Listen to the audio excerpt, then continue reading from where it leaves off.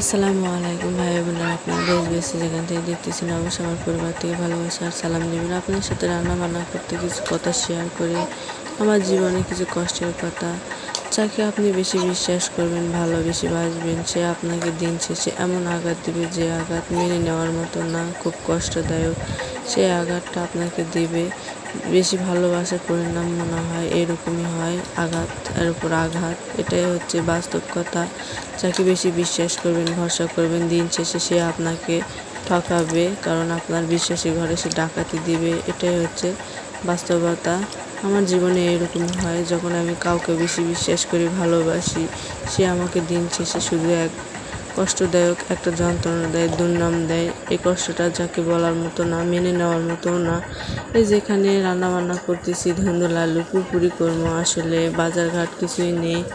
রান্নাবান্না কী করবো, মাথায় কাজ করতেছে না। পরে ফ্রিজে দেখি 2টা ধুন্দুল ছিল, আলু ছিল, সেগুলো দিয়ে শুটকি দিয়ে রান্না করে নিচ্ছি। রাতের রাতের খাবারটা আর কি রান্না করতেছি। এই তো মাখাই নিছি, নিয়ে আমি পেঁয়াজ মরিচ আদা রসুন বাটা, লবণ হলুদ কাঁচামরিচ এগুলো দিয়ে পরিমাণ মতো তেল দিয়ে শুটকি দিয়ে মাখাই নিতেছি।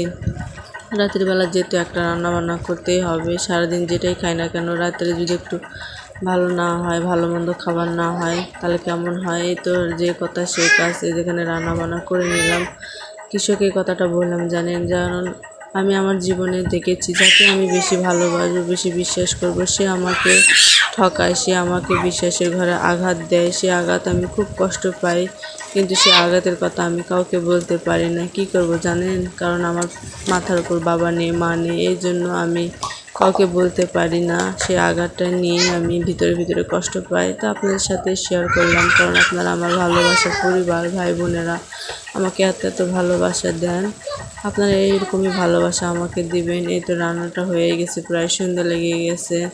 রান্না করতে করতে আর কি, রান্না করার নিয়ত ছিল না, কিন্তু কি করব, রান্না তো করতেই হবে, খেতেই হবে। মনটাও ভালো না, মনটা অনেক খারাপ। কি আর করবো, আপনাদেরও করার মতো কোনো ভাষা নেই। একটা সময় আসলে আপনাদেরকে সব কিছুই খুলে বলবো, কেন আমি থেকে এরকম কথাগুলো বলি। কারণ যাকে আমি বেশি ভালোবাসি, বিশ্বাস করি, সে আমাকে খুব আঘাত দেয়, খুব কষ্ট দেয়। মাঝে মধ্যে আমি মেনে নিতে পারি না, কিন্তু আল্লাহ তাআলার কাছে এটাই বলি যে আল্লাহ তুমি আমাকে আরও ধৈর্যশীল করো। এই যেখানে গোয়াল করে গরু, সে গরুর ঝাপগুলো লাগিয়ে দিলাম, দেওয়ার পরে যে মেয়েকে পড়াইতে বসাইছি।